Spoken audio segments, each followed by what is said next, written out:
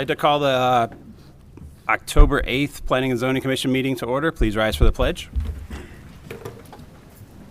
I pledge allegiance to the flag of the United States of America and to the republic for which it stands, one nation, under God, indivisible, with liberty and justice for all.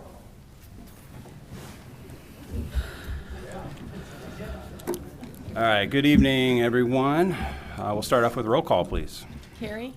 Here. Walton? Here. Kimball? Here. Stephenson? Here. Schlotthauer? Here. Wilhelm? Here.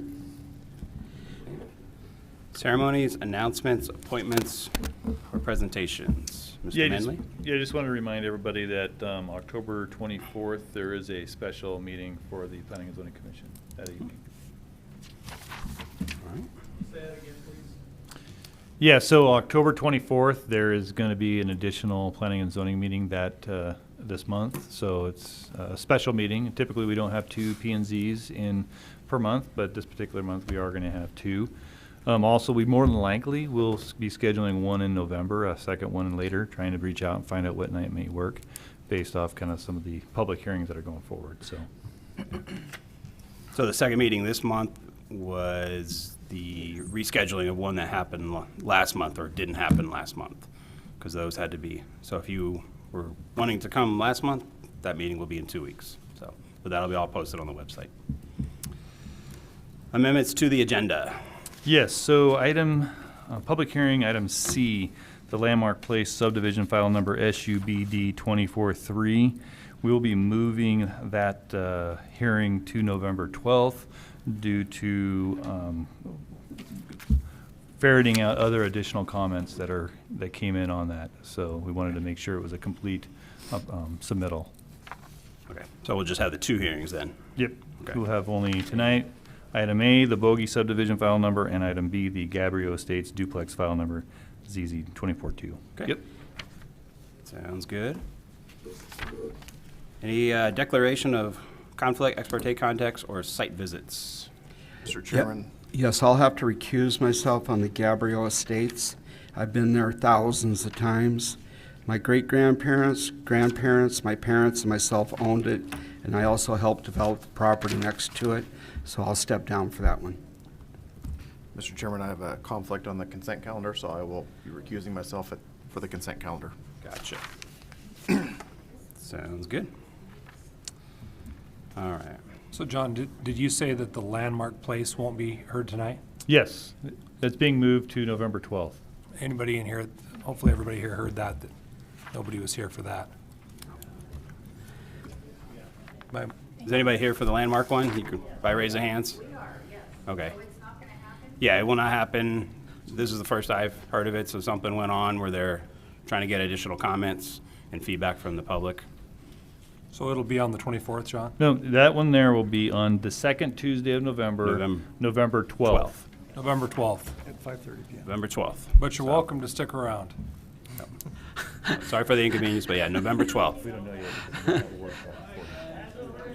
Wait, we got Kool-Aid.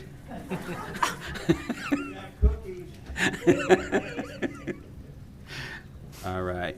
Could you present the consent calendar, please?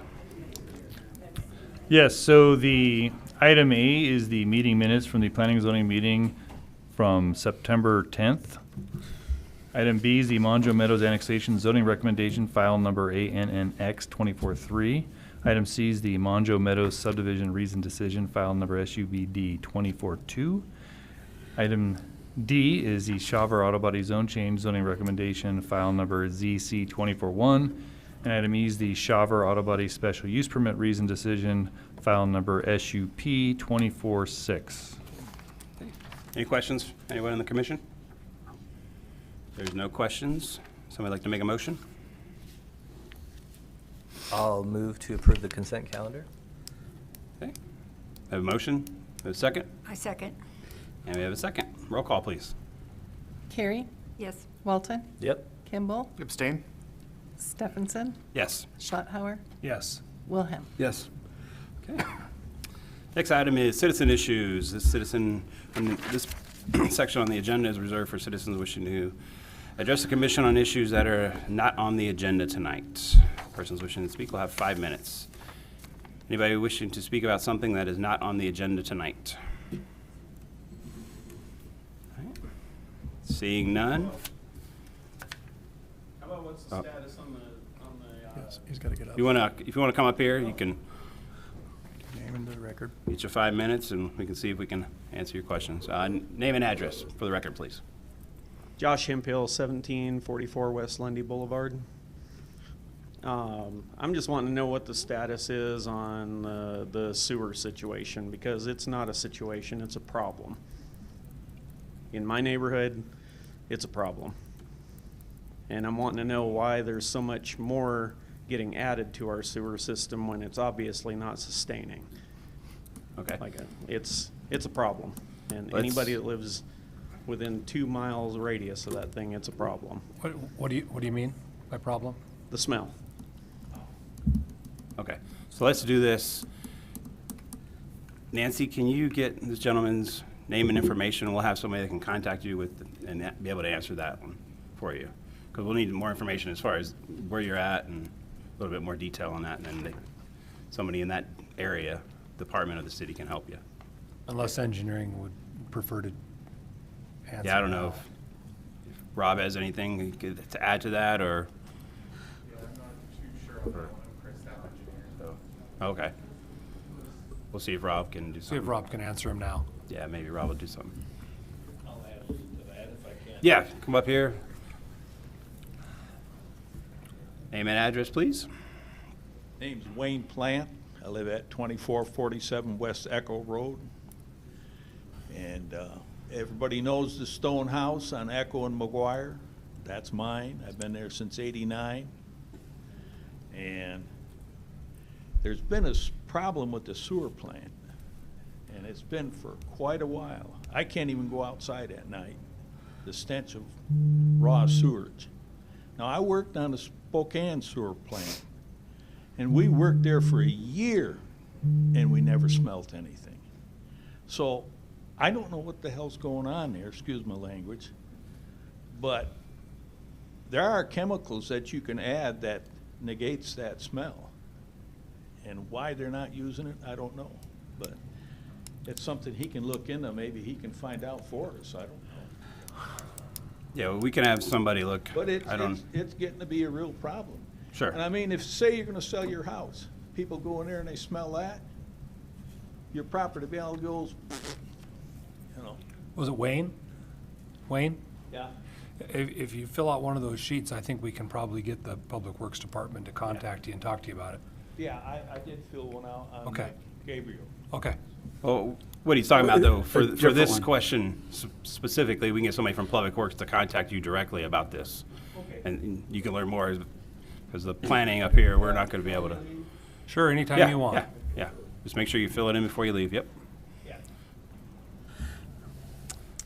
All right. Any unfinished or old business?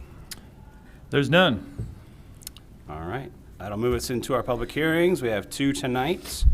If you're wishing to speak for the public hearing, make sure you fill out the paperwork in the back, and then you'll bring that up to Nancy.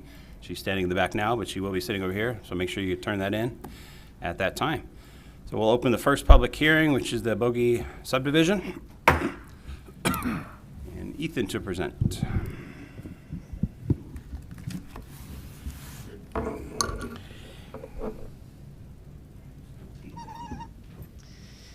Evening, Commissioners. Ethan Porter, one of the planners here with the city, here to present staff side for the Bogie Subdivision, file number SUBD-24-1. So, looking at the owner, it's Andre Rusu and applicant's George Anderson. Tonight, they're requesting approval of the proposed subdivision on approximately 4.2 acres into a total of 18 single-family lots. And it comes out to a density of about 4.29 units per acre. So, looking at the site that they're looking to propose the subdivision on, there you can see it's at Bogie and Greens Ferry on the southeast corner. And so, just south of the Greens Ferry school there, and then north of Pole Line Avenue.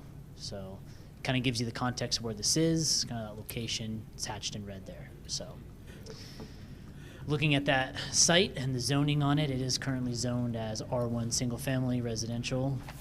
So you can see the surrounding zoning there along Bogie and along Greens Ferry as well. Predominantly single family, all the yellow is going to be that R1 single family home.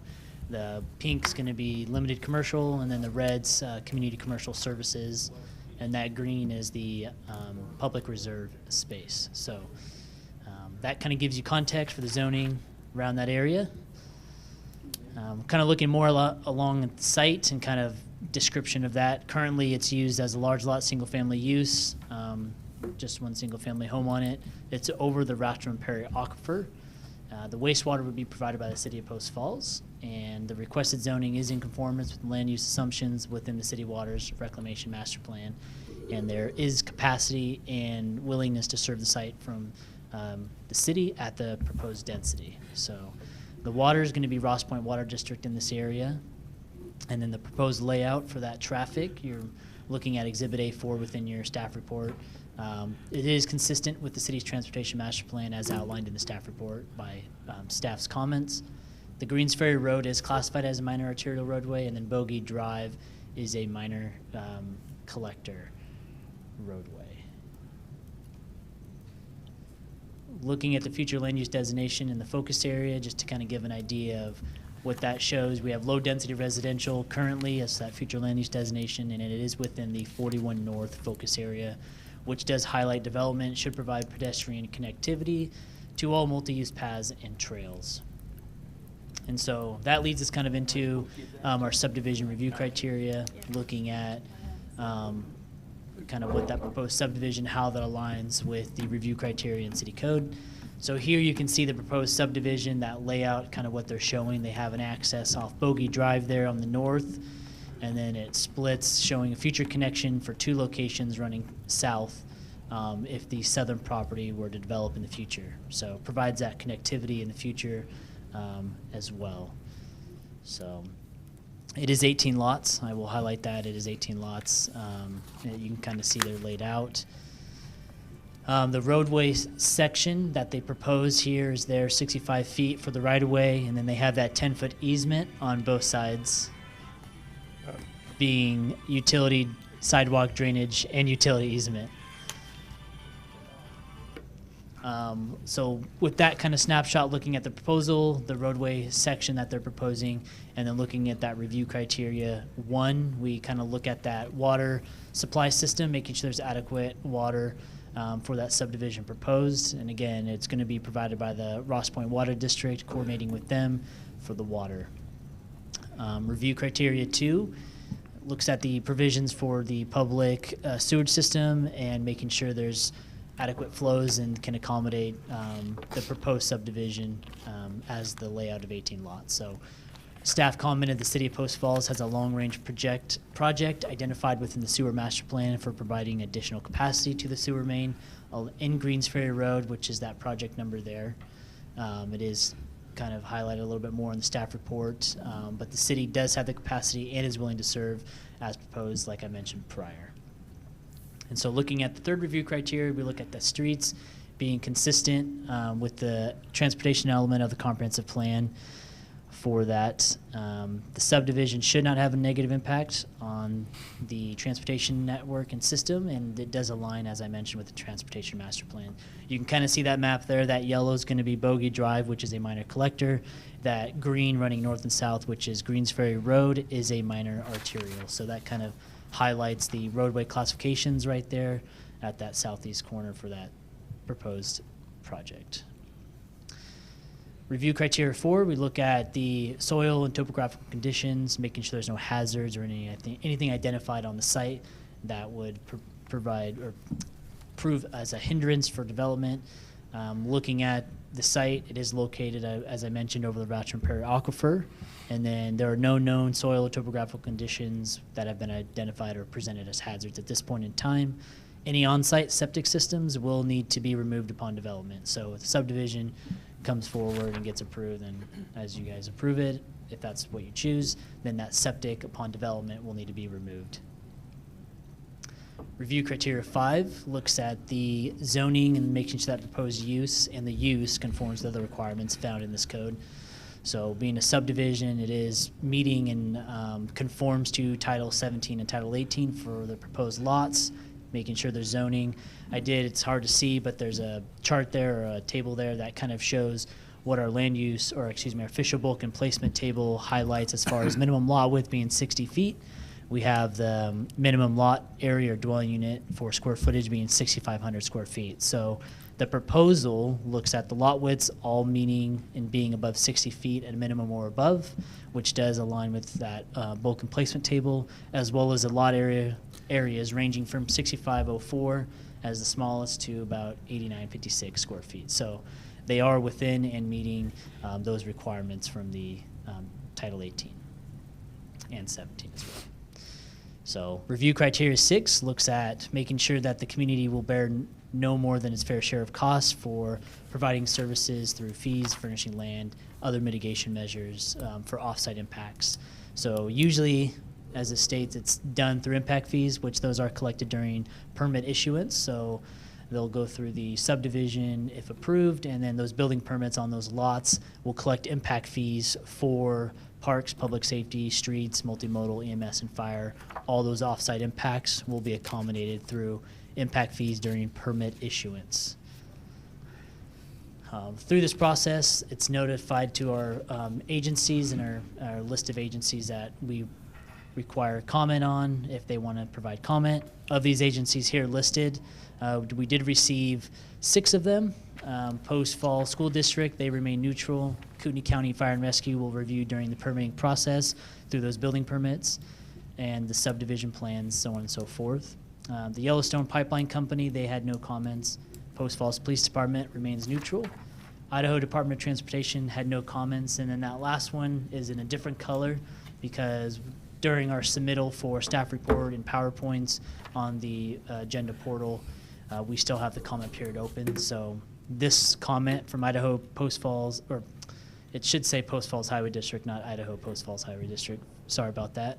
But the Post Falls Highway District has no comments. They came in after it was already submitted.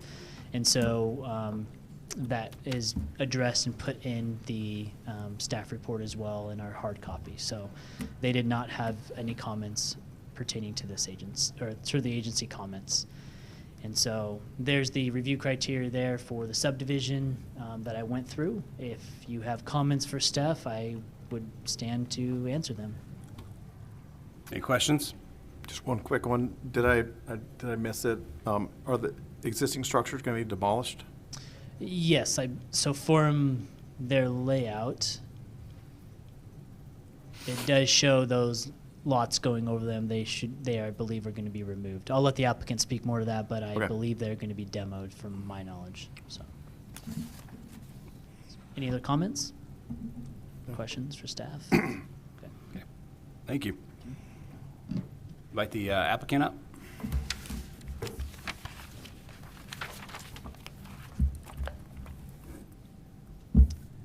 If they're here.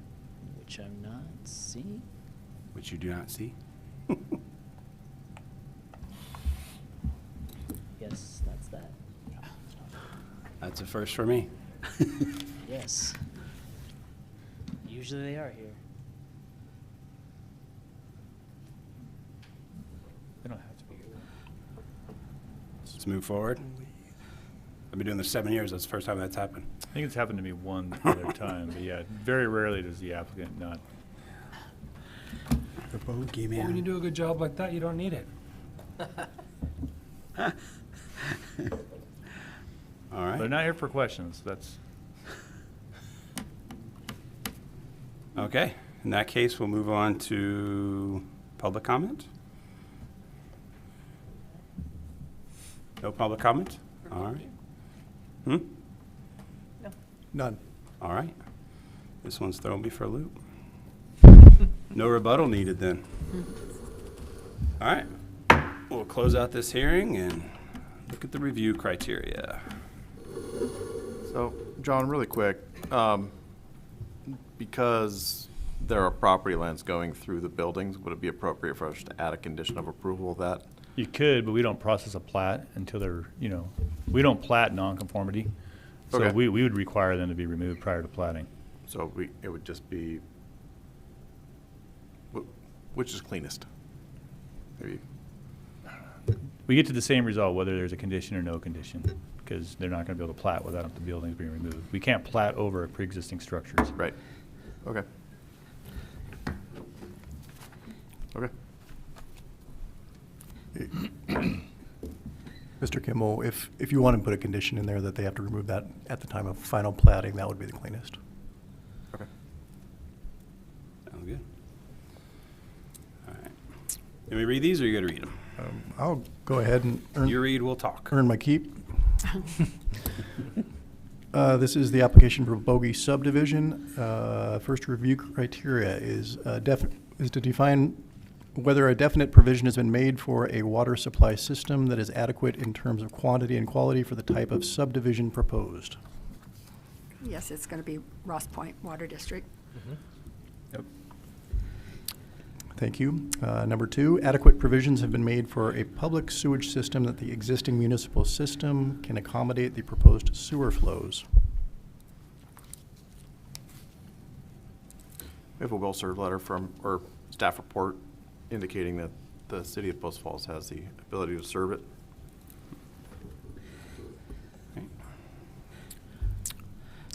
I believe there was also a comment that septic would be abandoned at that time as well. Yes. Yes. Comment for that. That's correct. Number 3, are the proposed streets consistent with the transportation element of the comprehensive plan?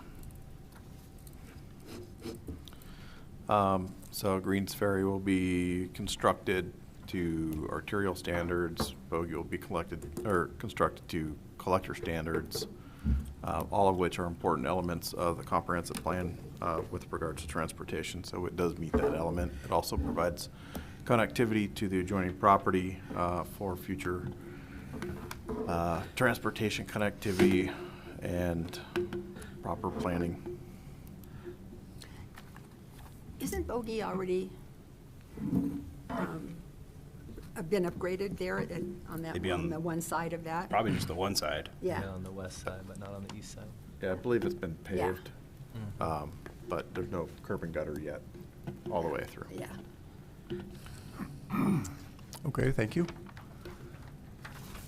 Number 4, all areas of the proposed subdivision which may involve soil or topographical conditions presenting hazards have been identified, and that the proposed uses of these areas are compatible with such conditions. Yeah, no, There was none noted. yeah, no known hazards have been identified.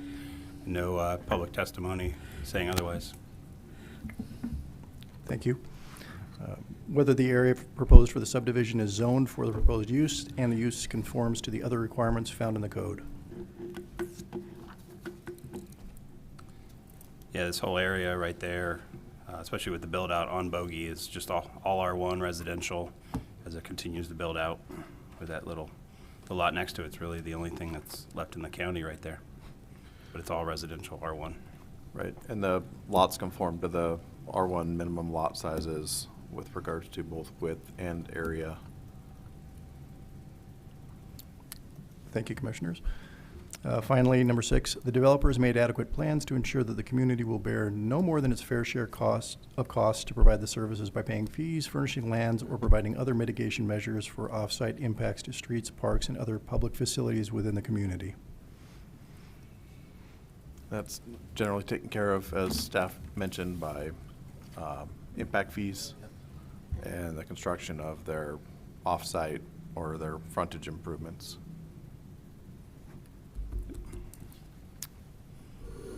Thank you. All righty, thank you. Any other discussion, questions from commission? Anybody like to make a motion? Yes. I would move to approve Bogie Subdivision Project Number SUBD 24-1, finding that it meets the approval criteria in the Post Falls Municipal Code 17.12.060H as outlined in our deliberations, subject to conditions 1 through 10 found in the staff report, and adding condition 11 stating that all structures shall be demolished prior to filing the final plat. And direct staff to prepare a written reasoned decision to that effect. Okay, thank you. We have a motion, I second. and we have a second. Roll call, please. Wilhelm, Yes. Schlauer, Yes. Stephenson, Yes. Kimball, Yes. Walton, Yes. Carey. Yes. Okay. Next item on the agenda is Gabrio Estates duplex. Mr. Wilhelm is going to step down for this one, as he stated earlier, but we still have a quorum, so we have no issue, and we'll open that one up. Evening, Commissioners. Ethan Porter again here with the City of Post Falls. Here to present staff side for Gabrio Estates duplexes. So this is file number ZC-24-2. Applicant is Nate Grossglauser, owner is Nate Grossglauser. For these lots that they're requesting Planning and Zoning Commission's recommendation to City Council for the rezone of lots 8, 9, and 10 of the Gabrio Estates Block 1 from single-family residential R1 to the medium-density residential R2. The total acreage of those 3 lots are 0.59 acres, just to give context. Here you can see hatched in red on the northern side of that map there, in correlation to Celtice Way to the south along McGuire. So Celtice runs east-west. You can go north of McGuire, right past or right at Okanagan to get access to those lots. But I believe Lot 10 is just adjacent to McGuire Road there. So those 3 lots within Gabrio Estates. Currently, it's 3 vacant lots. They were approved for subdivision in the past for single family. These 3 are vacant, and obviously, as I mentioned, the applicant's looking to rezone them to R2 from R1. So currently, it's over the Ratram Prairie Aquifer, East Green Acres Irrigation District in this area, and the sewer would be provided by the City of Post Falls. Looking at the zoning, as you can see, the R1, Gabrio Estates R1 subdivision there is what it's currently zoned. To the north, they have the Blue Spruce Meadows, which is R2, and Wildflower Meadows, which is also R2. I'll go into a little more detail with another context map in the future here, but to the east, it is zoned industrial, and right across McGuire there are multifamily within that industrial through a PUD on Montrose. And so I kind of will highlight that as well in the future, but you can see Celtice Way, the red being commercial, the gray being industrial zoning. So there's kind of your zoning context for that area. Looking at the future land use designation for this, you can see on the map to the left there, the dark orange is high-density residential future land use designation. The lighter orange, which is part of this project site, is going to be your medium-density residential. That blue to the northwest is going to be transitional zoning, or future land use designation. The pink's going to be business commercial, and then you have low-density residential, which is the yellow, and then industrial being the gray. So that kind of gives you a little bit of an idea of the future land use designation, kind of what the comprehensive plan and future land use map show for this area. It is within the West Prairie focus area there, just on the border of the eastern border of that West Prairie. McGuire Road, there's kind of that point of change to the next focus area, but it is within the West Prairie focus area. Looking at the compatibility for the zone change, what they're requesting from what they want to go to what they are, that medium density residential within the comprehensive plan identifies those implementing zoning districts as R2, R3, CCS, RM, SC4, and per focus area. So that R2 component, which is bolded and underlined, is included within that medium density residential for implementing zoning district. West Prairie, focus area looks at mixed residential as envisioned between McGuire Road and Corbin Road with higher densities near commercial corridors and arterials. We look at the goal 7 primarily. There's more that's kind of explained and goes into for the staff report, but to highlight the one goal here, 7, it planned for and established types and quantities of land uses in Post Falls supporting community needs, city's long-term sustainability. So with that goal, we have these policy 2 that can support that goal. looking at applying or revising the zoning designations with careful consideration of factors, including, and I bolded some of those, the future land use mapping, compatibility with surrounding land uses, and goals and policies of the comprehensive plan relating master plan and/or facility plans.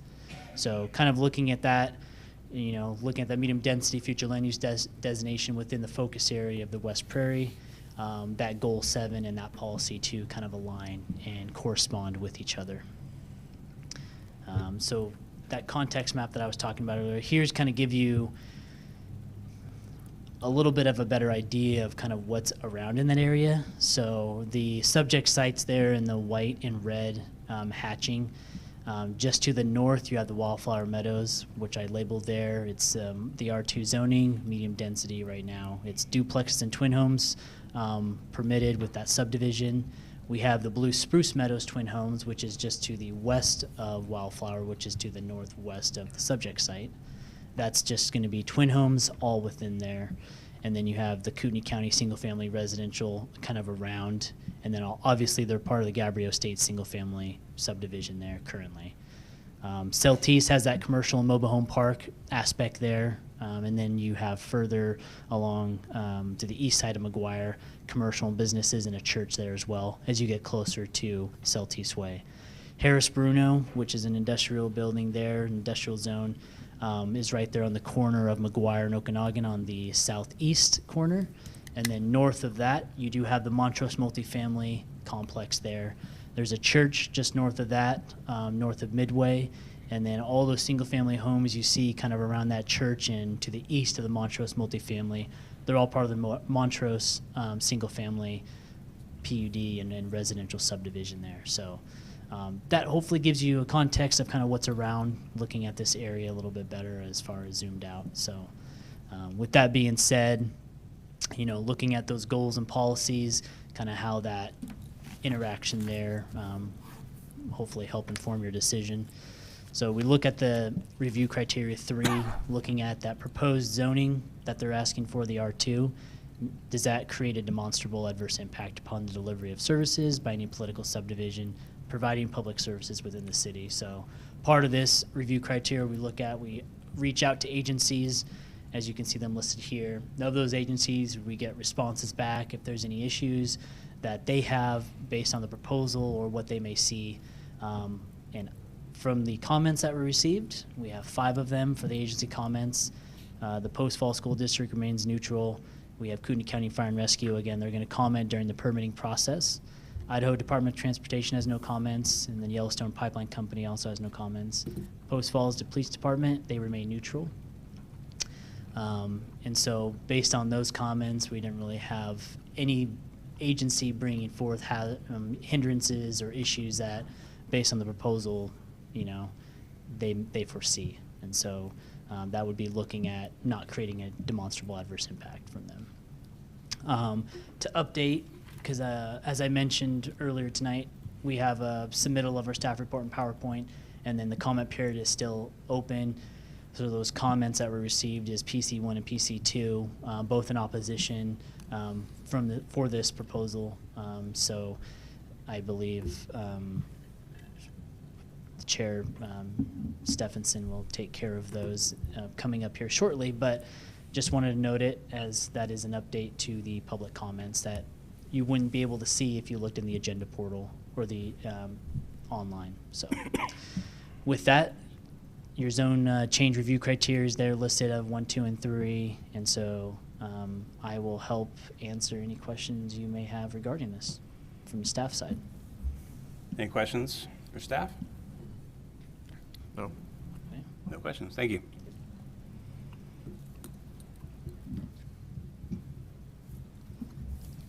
Okay, invite the applicant up. They're here.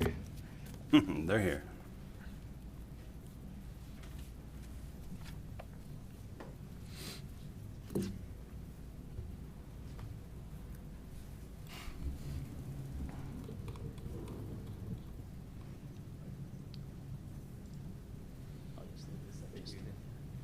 Good afternoon, folks. My name is Nate Grossglauser, 14838 Frost Road.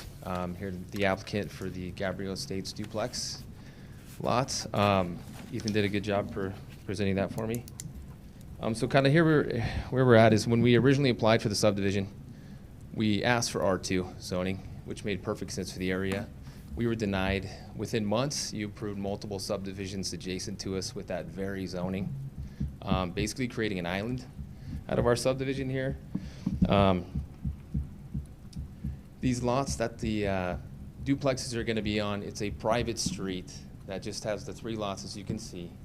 They're unique in shape, so anything I have to do there as far as a duplex would have to be custom designed. It'll be very nice projects. I currently own all the existing lots and the homes that are touching these lots, and the remaining vacant lots in the subdivision. I see that there's a new subdivisions proposing to the west of us, and it seems like those will possibly be R2 as well.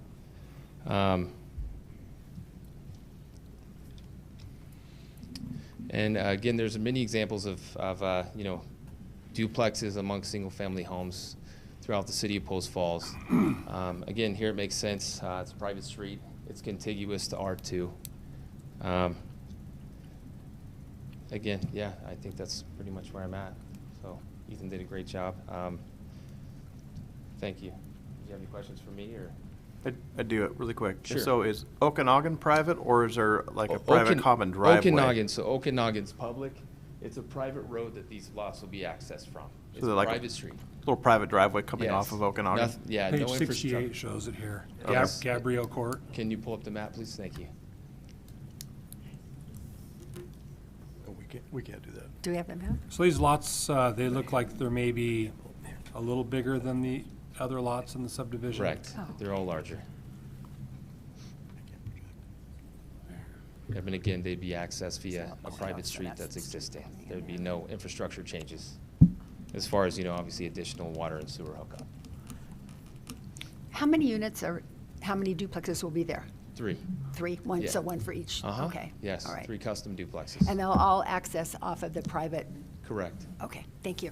Thank And you. this house to the south of the 3 lots that's existing, I that's? own that house. That's my, Does that not cross Lot 3? I'm sorry, what's that? So on the map here, it looks like it's, So, what's up against Lot 3 that house on line? the south of those lots, it's on Gabrio Court, and that's accessed on the private street as well.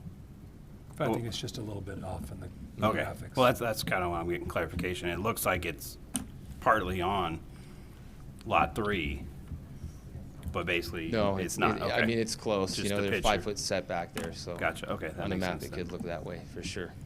Okay.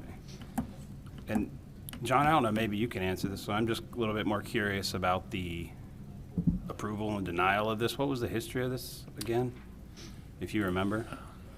Obviously, this would have came to One, us it's not and really. then it's the not- city council. The probably. criteria is what the criteria is on this, but for historical context, which I think doesn't really, there's no nexus to the review criteria. But yeah, they did come forward initially, I think, as an Sir? R2. Sorry, thank you. I think they initially did come forward as an R2 proposal, and they walked away with an R1. And then, and I think initially, then the project to the north, I believe, was approved as an R1 as well, but then they shortly came after and did a rezone to R2, and then they got approved for that rezone to R2 to the north. If I remember the order of events correctly. Gotcha. Yeah, both subdivisions were, within months, approved R2 right after I was turned down. Okay.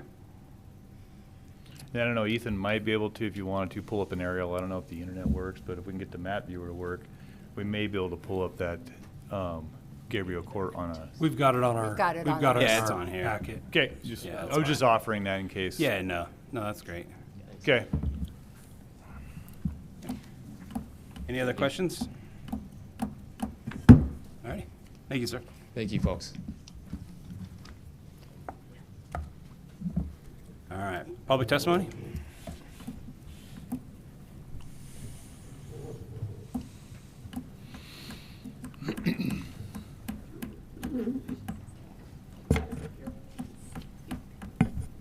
Which one is this?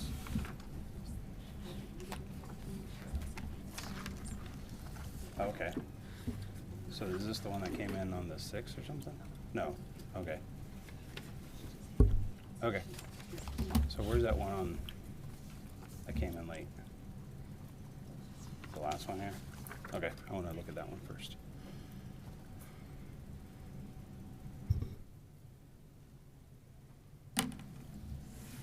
Hey, I wanted to look at this comment one. I want to talk about this, make a decision if we're going to allow this one or not, because this one came in on the 6th, which is well after the deadline period, even with the email being out.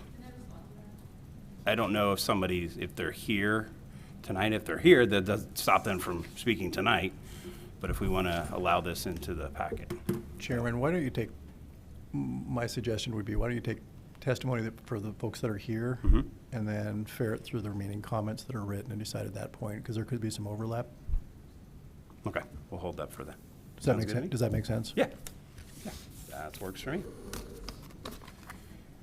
And ma'am, if this is your comment, please feel free. Now, this was an email from Michelle, so if that's your comment, please feel free to fill out the paperwork and come up, and so, if you haven't already, so. All right. So this is a recommendation to city council, but not a decision, right? This is a recommendation for zoning, I believe, right? Correct. It's a recommendation for a rezone application to council, and then either to make the recommendation or not, and council will make the final decision. But this will be heard by council. Yes. Correct. Recommendation only. All right. Wishing to speak, yes. Did not put in favor or opposition. Wayne Plant.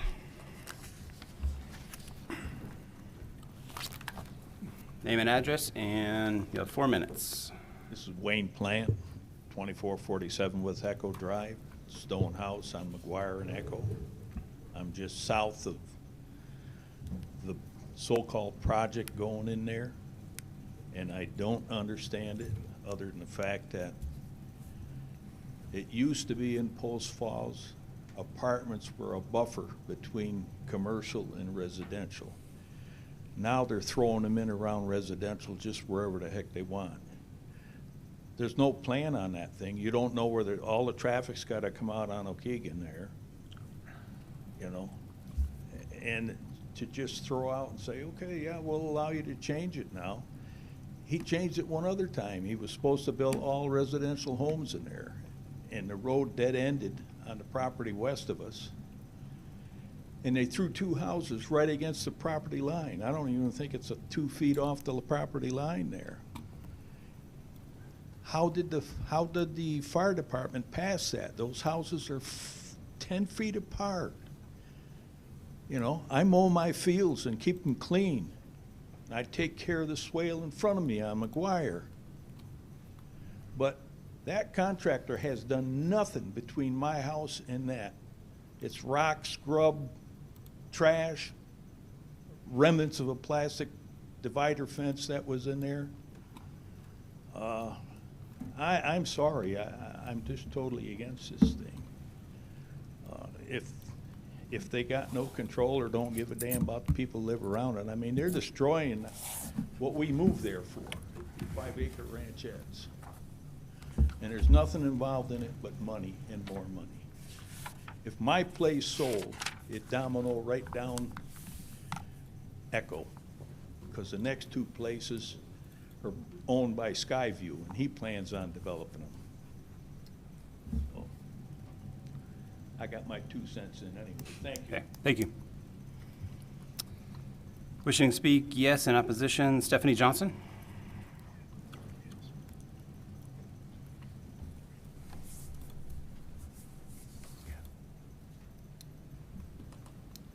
Good evening. I wanted to ask to see if that email came from Michelle. Is that the That is comment correct. in reference? Okay. And she sends her regards. She wishes she could be here. She is recovering from cancer treatment at this time. But I do have things that I can address what she was going to share on her behalf. And then I also wanted to check to make sure that you received a letter from the residents. Yep. And if that was submitted on time? Yeah, this one's fine. Okay, I can okay. definitely, you can Wonderful, thank speak you. your piece, and then I could Sure. read this in. Okay, great. Well, yeah, the residents that are here tonight, we're definitely opposed to this rezoning for A couple main reasons. One is that we're an HOA, that Nate created the HOA bylaws, and the bylaw says homes need to be single-family homes. So I don't know how rezoning those is in conflict with our HOA. So I know that the city does not, enforce or kind of follow up with HOA laws, and rezoning it would directly contradict our own bylaws that he himself created for our subdivision. So yes, it was established as a single-family home. I don't think it matters if his intention before was to be multifamily. He established it as a single-family home. We all purchased our homes on that street with the intention of it being single-family homes. We are first-time home buyers, and that was a big decision for us to purchase there. As mentioned before from this gentleman, the maintenance of the land that's not being built on right now has been pretty atrocious. I've been the squeaky wheel, and finally, because there was no response from the developer, the city actually just came out yesterday to clear off the sidewalks that have been blocked by his debris for over 2 years, since before we moved in. So I am grateful that the city came out despite the lack of response from the developer. And ultimately, I think that it goes without saying, we all know kind of the differences or implications with multifamily homes. And, if we were wanting to live in a subdivision where that was the case, we would have bought a home elsewhere. Let's see. Oh, and then lastly, I think that, the implications for future developments in subdivisions, if it's approved by the city, the city council approved his bylaws after zoning approved his land being zoned for single-family homes, and to then come in and just change 3 lots to multifamily homes sets a precedent moving forward that I don't think that's what we want for post-spouse families, because we want to see people getting into homes.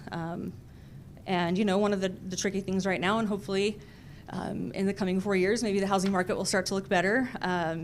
And we want families to purchase homes. It's better for our society when we do that. And ultimately, and I don't mean to be too cynical, but I think this proposition is purely to line his pockets and to devalue the land that we own as families.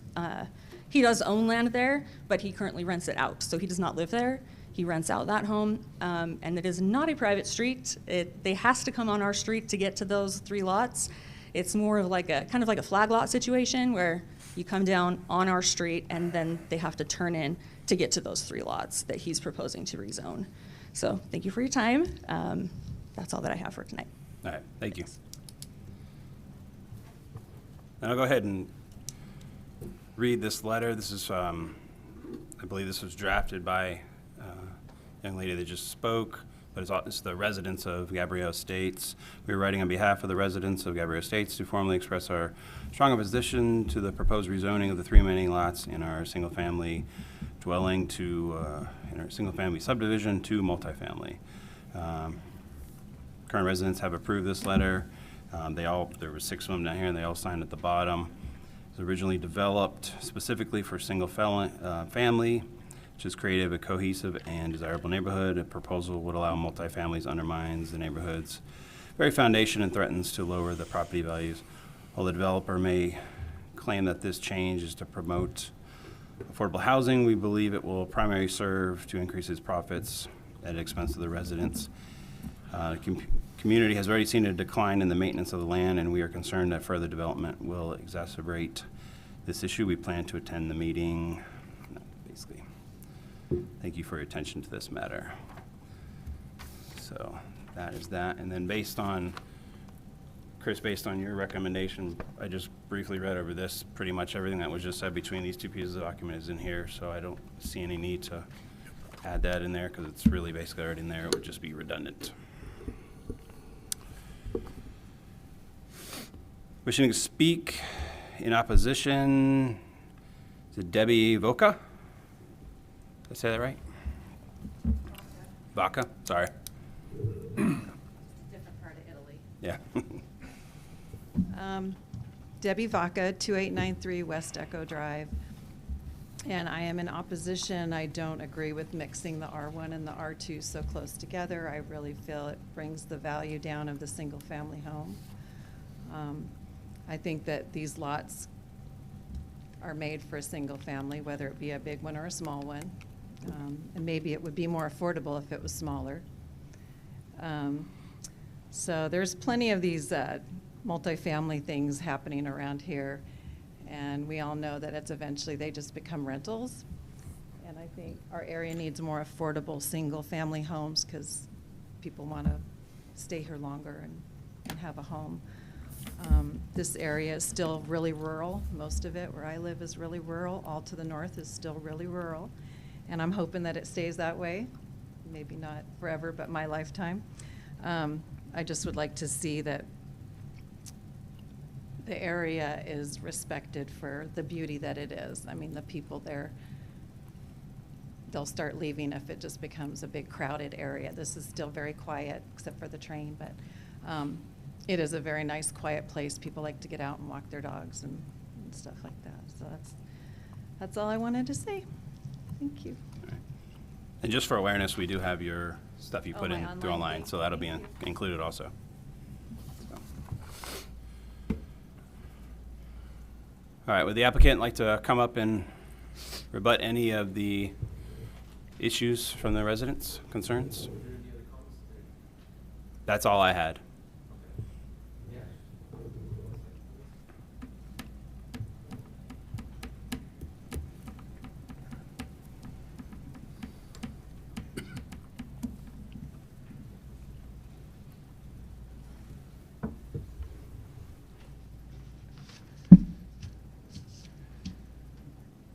So,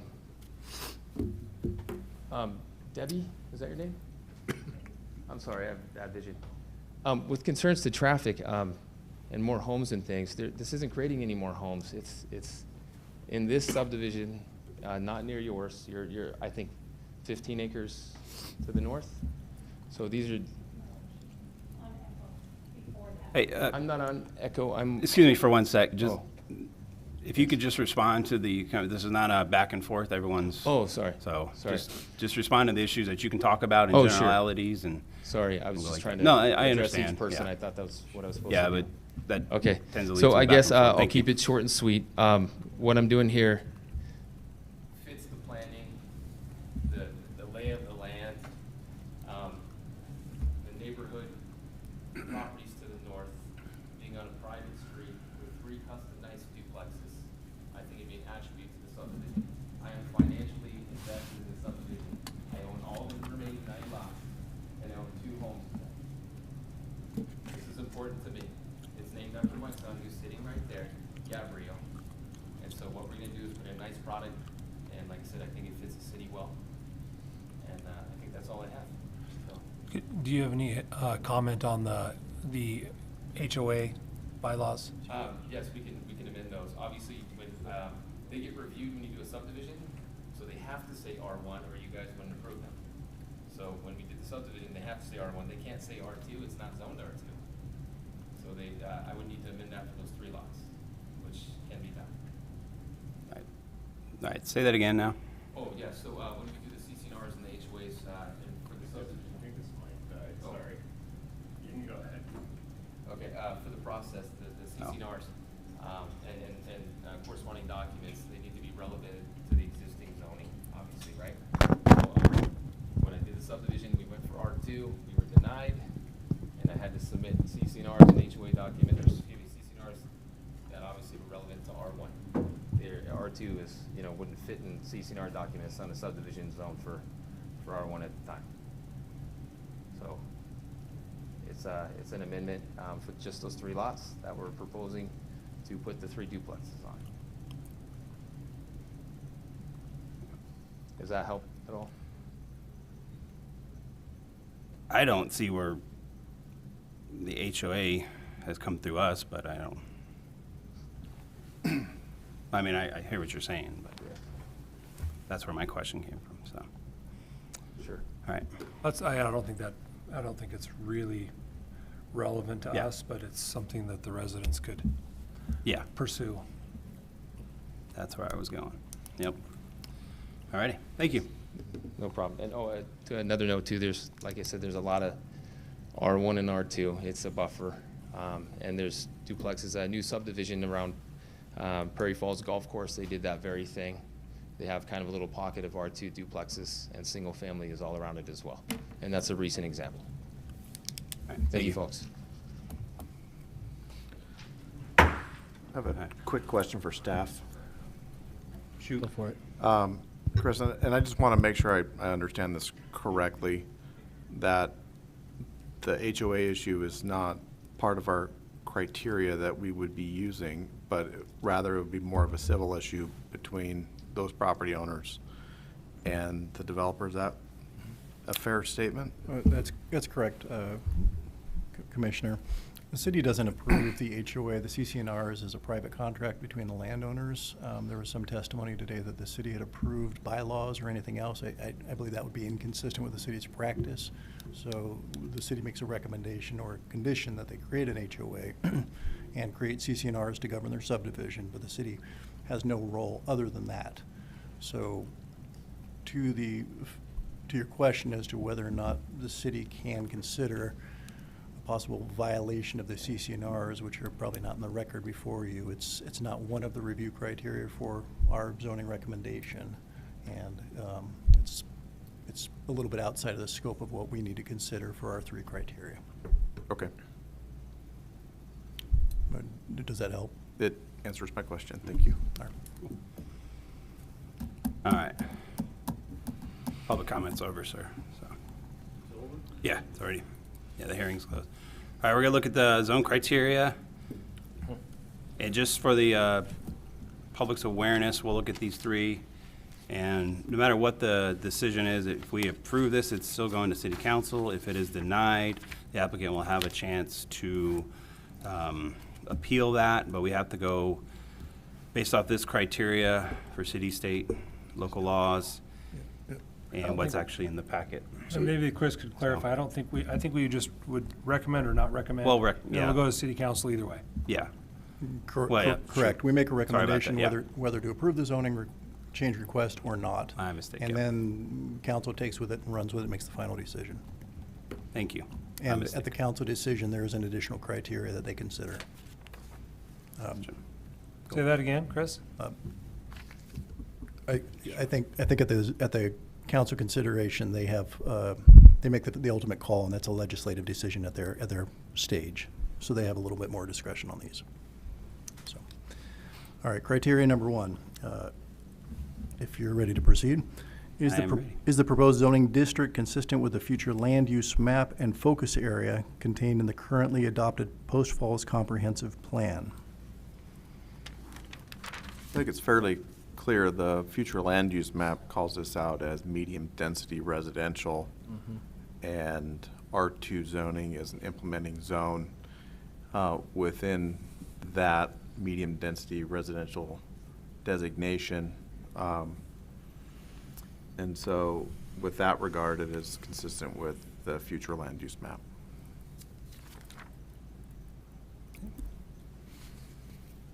Anybody else want to add anything?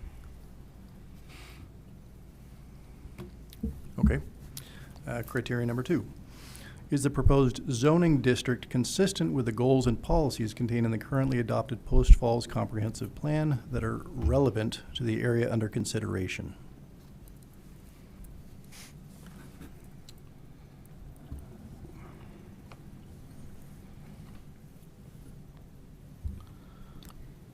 So the staff report speaks to it.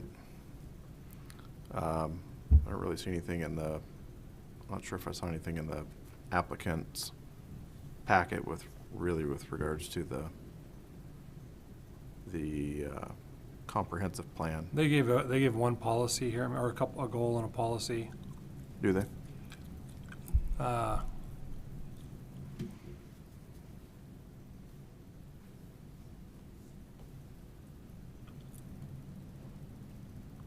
I mean, policy 2 talks about future land use mapping. That kind of goes to the focus group and what we were talking about. The policy that our policy outlines, it's policy 2, compatibility with surrounding land uses. Yeah. That's the that's probably the one that's the least black and white of most of the things we're looking at here. Mm-hmm. In that there are a variety of land uses around it. And it's Sure. compatible to the north, incompatible to the south, and incompatible to the west, compatible to the east, probably. Yeah, I mean, I generally take a little bit of exception to residential uses being incompatible next to each other. And that's just my general opinion. I think that people living next to each other is people living next to each other, regardless of the situation with the number of walls that they share or don't share. So I do think it would be in conformance with policy 2 because they are residential uses. And I think that with regards to it being medium density residential in the future land use map, it speaks to that up to 16 units per acre. And how those little pockets of higher density are appropriate. That was one of the very few places in our city where we actually have a land use designation of medium density residential. And I think that was on purpose as part of that comprehensive plan designation. So I think because of that, it fits with the land use map, policy 2, infrastructure and service. There's sewer in the street. East Green Acres got the water.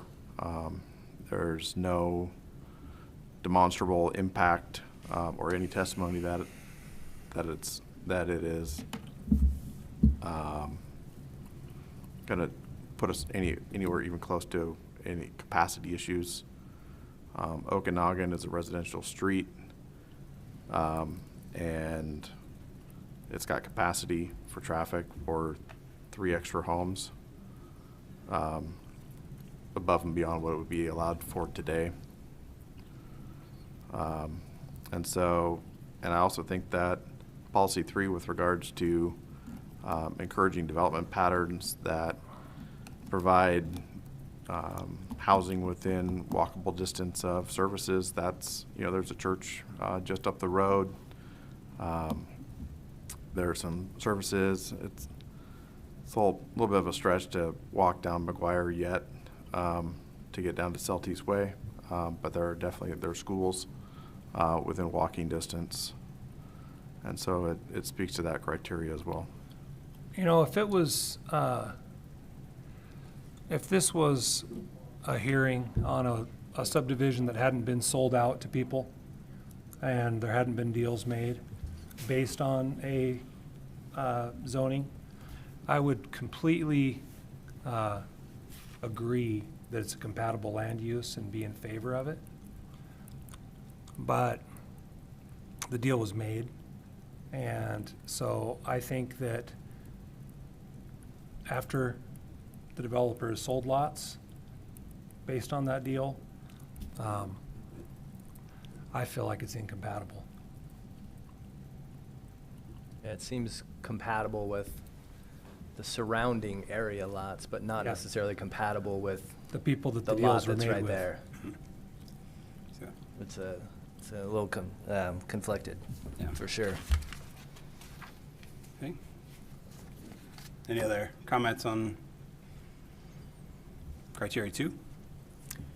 Well, I kind of feel it is, I understand where you're coming from, but at the same time, it's at one corner. It's not like it's being put in the middle of the development either. It's in one little, corner.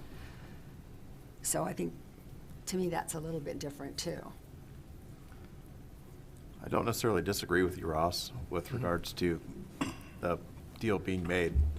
I think it's just one of those things that's not part of the criteria necessarily. Yeah, about it. I don't necessarily think it's It's a bit of a stretch, I think, on our criteria, but I don't think the city council will see it that way. Yeah. Understood. All right. All Number right. 3, which I think Ray already answered. That's an answer. Number 3, and I think we've addressed this, does the proposed zoning district create a demonstrable adverse impact upon the delivery of services by any political subdivision providing public services within the city? And I spoke Yeah, to that that. was Yeah. kinda- Nothing's come to light, public testimony or in the staff report. Thank you, Commissioners. Thank you.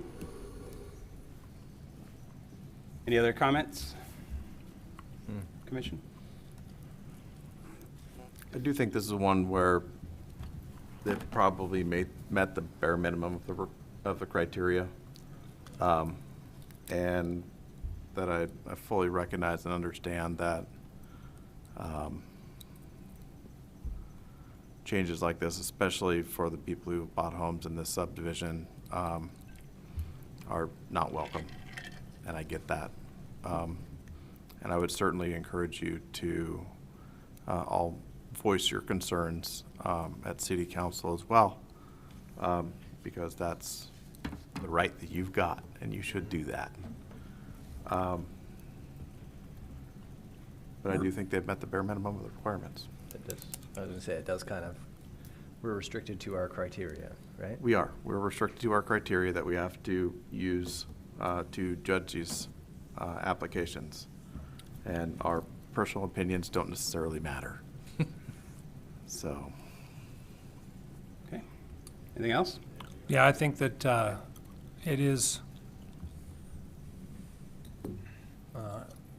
strictly judged against our criteria. It meets the minimum criteria. I think that the city council is going to have a lot more latitude to decide on this. And yeah, definitely folks go to the city council meeting and let them hear your voices. Okay. Anybody like to make a motion?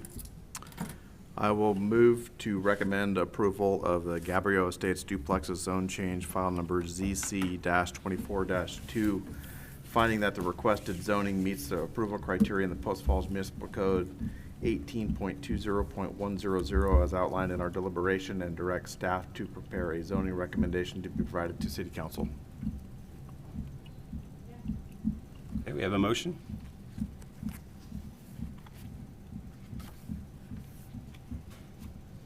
Anybody want to make a second? I'll second. Okay. Yeah, roll call, please. Terry? Yes. Walton? Yes. Kimball? Yes. Stephenson? No. Schlethauer? No. All right. That'll move on to City Council.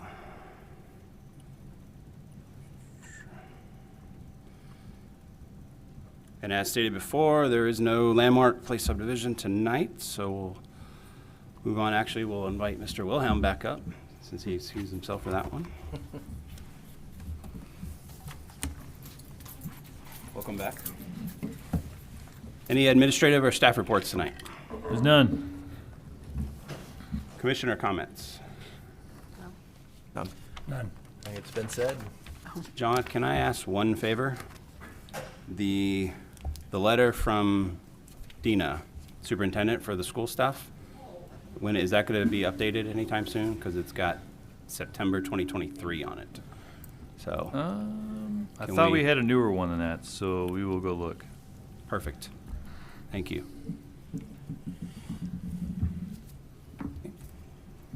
Any other comments? Okay. No, it would have been. Yeah, we'll have to get a new one, yep. All right. Next item is. Anybody want to make a motion to I adjourn? move to adjourn. All right. All in favor? Aye. Aye. Move to adjourn. Adjourned. Thank you.